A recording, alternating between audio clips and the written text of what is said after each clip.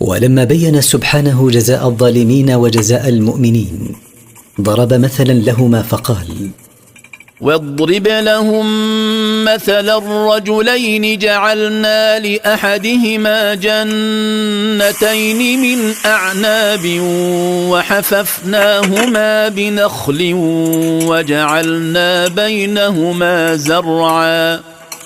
واضرب أيها الرسول مثلا لرجلين كافر ومؤمن جعلنا للكافر منهما حديقتين من أعناب وأحطنا الحديقتين بنخل وأنبتنا في الفارغ من مساحتهما زروعا.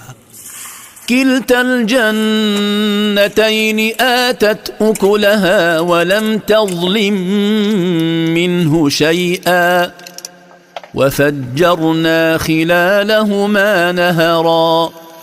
فأثمرت كل حديقة ثمارها من تمر وعنب وزرع ولم تنقص منه شيئا، بل أعطته وافيا كاملا، وأجرينا بينهما نهرا لسقيهما بيسر. وكان له ثمر فقال لصاحبه وهو يحاوره: أنا أكثر منك مالا وأعز نفرا.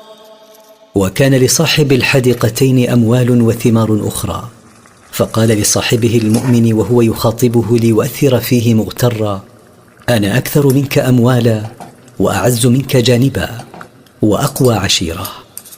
ودخل جنته وهو ظالم لنفسه قال: ما أظن أن تبيد هذه أبدا.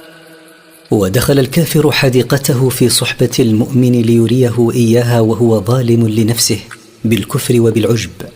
قال الكافر: ما أظن أن تفنى هذه الحديقة التي تشاهدها لما اتخذت لها من أسباب البقاء. وما أظن الساعة قائمة ولئن رددت إلى ربي لأجدن خيرا